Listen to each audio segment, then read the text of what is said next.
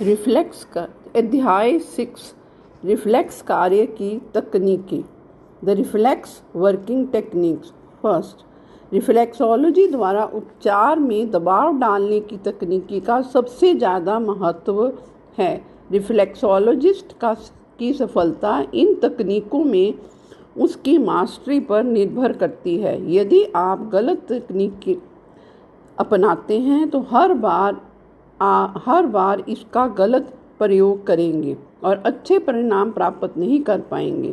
इन तकनीकों का सही प्रयोग करने के लिए आपको निम्नलिखित 2 ज़रूरी बातों पर ध्यान देना होगा।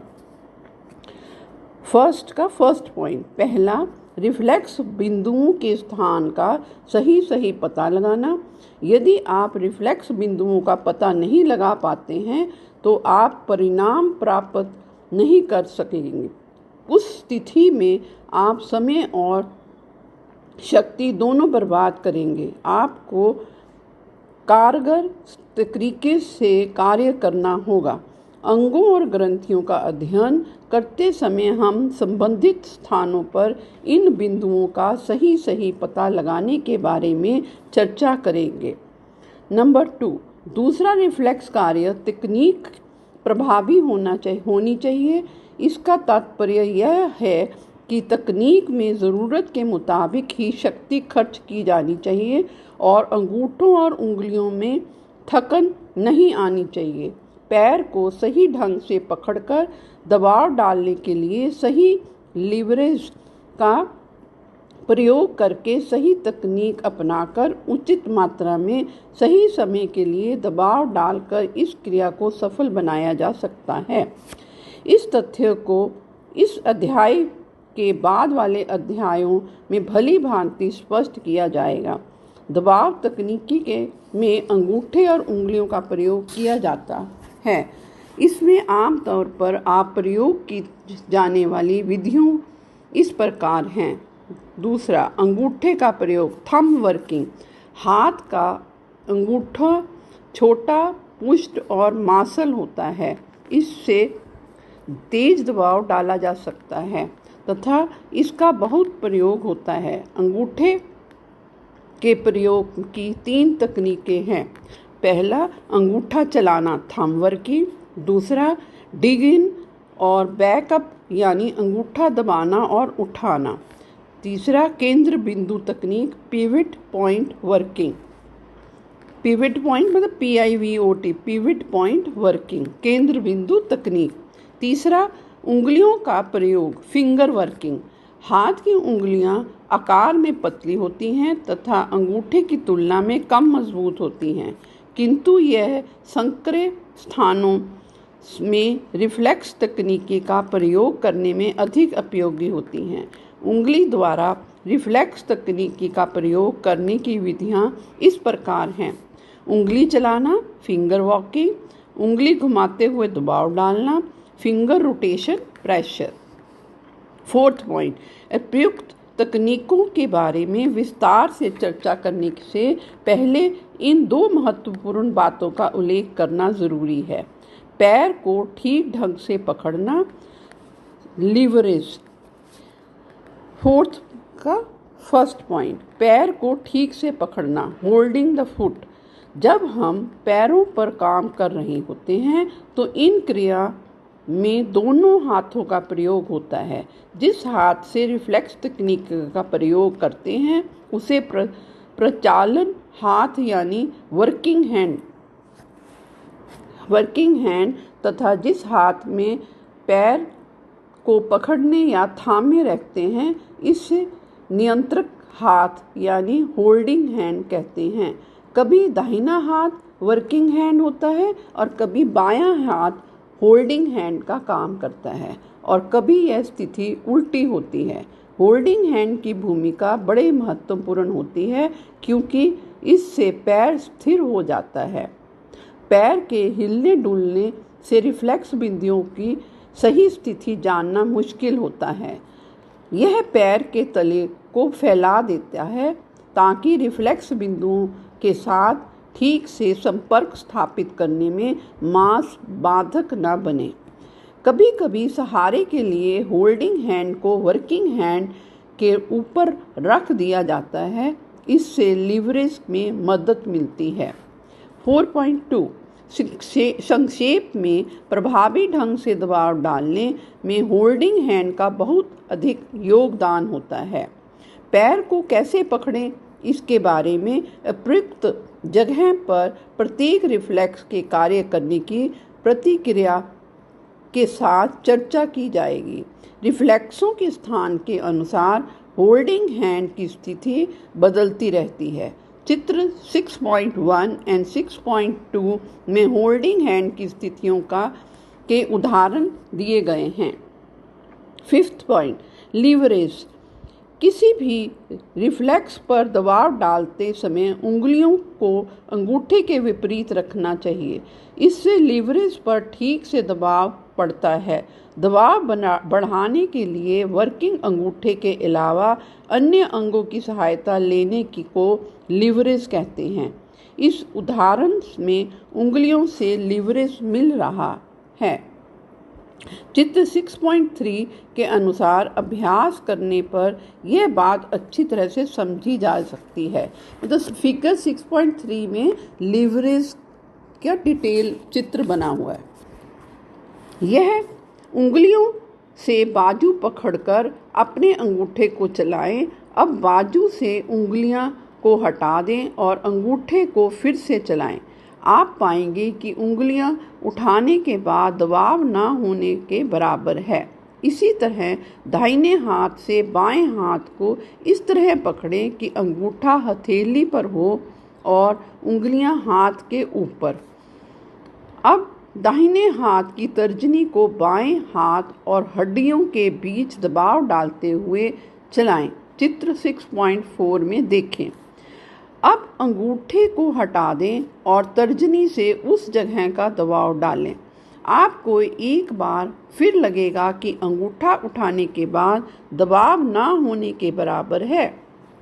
इस प्रकार रिफ्लेक्सोलॉजी में लीवरेज की बहुत महत्वपूर्ण भूमिका होती है।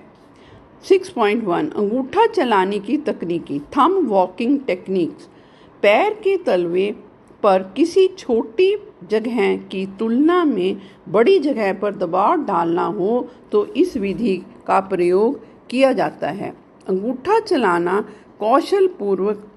कौशलपूर्ण काम है, जिसमें ठीक से पकड़ना, उचित लीवरेज का प्रयोग, अंगूठे की उचित सिरे का प्रयोग और इसे सही ढंग से चलाना शामिल है।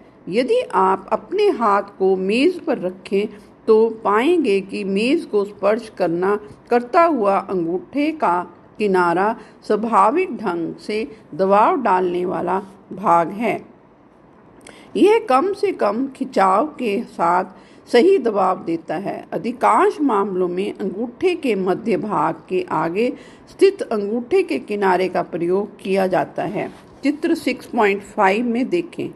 काम करने की कला इस बात को निहित है कि अंगूठे को पहले जोड़ से लगभग 30 से 40 डिग्री के कोण पर मोड़ा जाए और फिर छोड़ दिया जाए।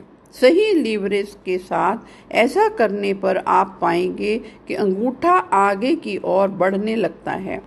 इसका उद्देश्य लगातार एक सा दबाव डालना है। अंगूठा जितना कम मोड़ा जाए उतना ही छोटी उसकी पकड़ होगी और इस प्रकार पूरे क्षेत्र पर अच्छी तरह दबाव डाला जा सकेगा। अंगूठा चलाते समय निम्न बातें ध्यान में रखना जरूरी है। फर्स्ट, क्षेत्र की ज़रूरत के अनुसार ठीक ढंग से पकड़ना। दूसरा पॉइंट, चलाते समय यदि अंगूठा सामने की उंगलियों से काफ़ी दूर चला जाता है तो लीवरेज समाप्त हो जाएगा और आप प्राप्त दबाव नहीं डाल पाएंगे। इसीलिए ज़रूरत के अनुरूप उंगलियों की स्थिति को लगातार बदलते रहना चाहिए।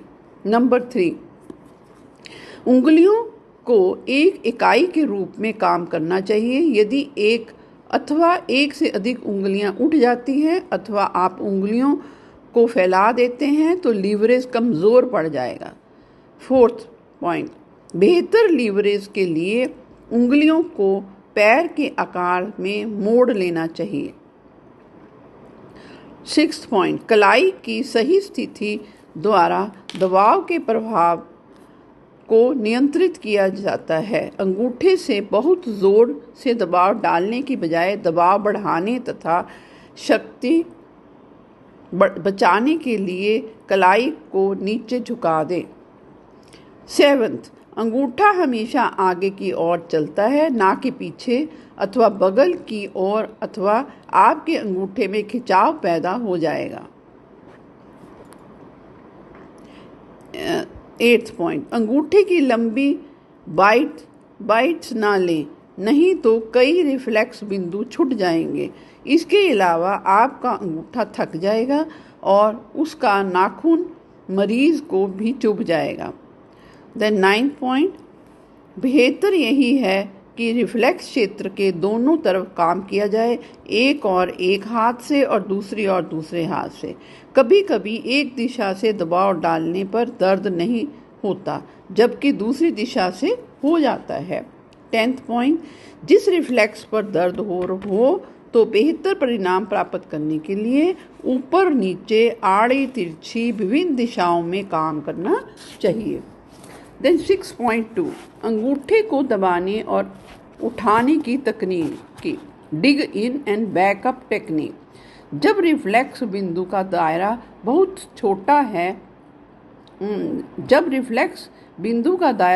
छोटा हो तो सिर्फ एक बिंदु पर ही दबाव डालना ठीक रहता है। आप अंगूठे के किनारे यानी नाखून के साथ वाले हिस्से से रिफ्लेक्स पर दबाव डालें, फिर उसे उठा लें। ऐसा कई बार करें। यह क्रिया कई बार करने से महसूस होगा कि उस रिफ्लेक्स पर गोल गोल करके लंबाई में एक घेरा बन गया है और उसी पर दबाव पड़ रहा है। नेक्स्ट पॉइंट 6.3, केंद्र बिंदु तकनीक, पिवट पॉइंट टेक्निक। डिग इन और बैकअप तकनीक की तरह यह भी एक पिन पॉइंट तकनीक है। इसमें बिंदु को अंगूठे से दबाने की जगह आप रिफ्लेक्स बिंदु पर अंगूठे के अंदर के कोने को लगा देते हैं और पैर के ऊपर दूसरे हाथ की मदद से कई बार पैर को अंगूठे के ऊपर मोड़ते हैं। चित्र 6.6 देखें। यह ध्यान रखना जरूरी है कि मोड़ते समय पैर के ऊपर हाथ का निचला किनारा रिफ्लेक्स बिंदु के बराबर में ही रहे, ताकि दबाया जा रहा अंगूठा केंद्र के रूप में काम कर सके। 7th पॉइंट, उंगली चलाना, फिंगर वर्किंग। इसका संक्रिय जगह तथा कम दबाव चाहने वाले हल्के अभ्यास से प्रयोग किया जाता है।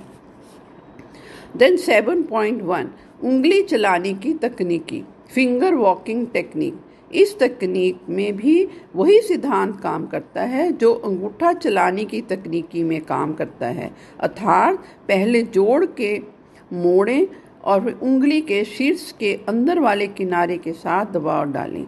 उंगली केवल आगे की ओर ही चलती है। अंगूठा और कलाई लीवरेज का काम करती है। कलाई को ऊपर उठाने से दबाव बढ़ता है और नीचे करने से दबाव कम होता है। कोई ज़रूरी नहीं है कि केवल तर्जनी उंगली का ही इस तकनीक में प्रयोग किया जाए। जो भी उंगली ठीक ढंग से काम कर सकती हो इस्तेमाल की जा सकती है, किंतु एक समय में केवल एक ही उंगली का प्रयोग की जानी चाहिए। 7.2, उंगली घुमाते हुए दबाव डालना, फिंगर रोटेटरी प्रेशर। तर्जनी अथवा माध्यमा उंगली के गोल वाले ऊपरी हिस्से को रिफ्लेक्स बिंदु पर रखें। चित्र 6.7 में देखें।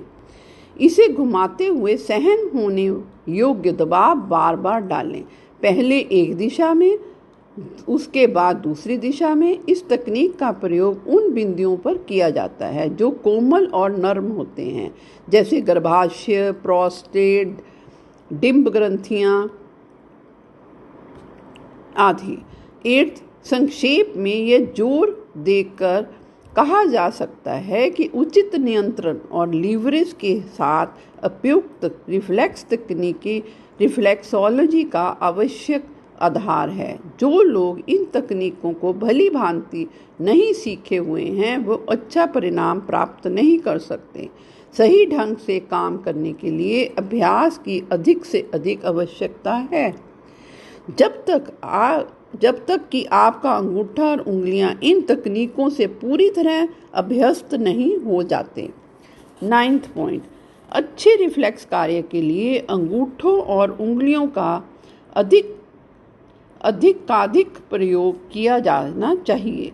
इस कार्य प्रणाली में मदद के लिए बाजार में अनेक उपकरण उपलब्ध हैं, फिर भी उनका कम से कम इस्तेमाल किया जाना चाहिए।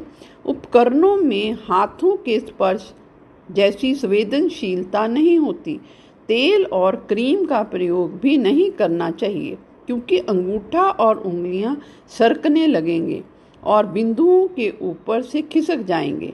इस प्रकार बराबर एक सा दबाव नहीं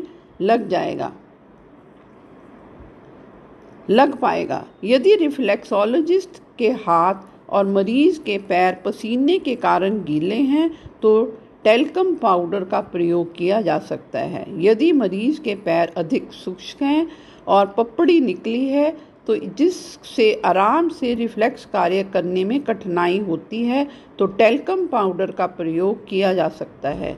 उंगलियों के नाखून भी भली भांति कटे होने चाहिए। इस चैप्टर का ये ख़त्म हो गया है। नेक्स्ट चैप्टर हम 7 करेंगे।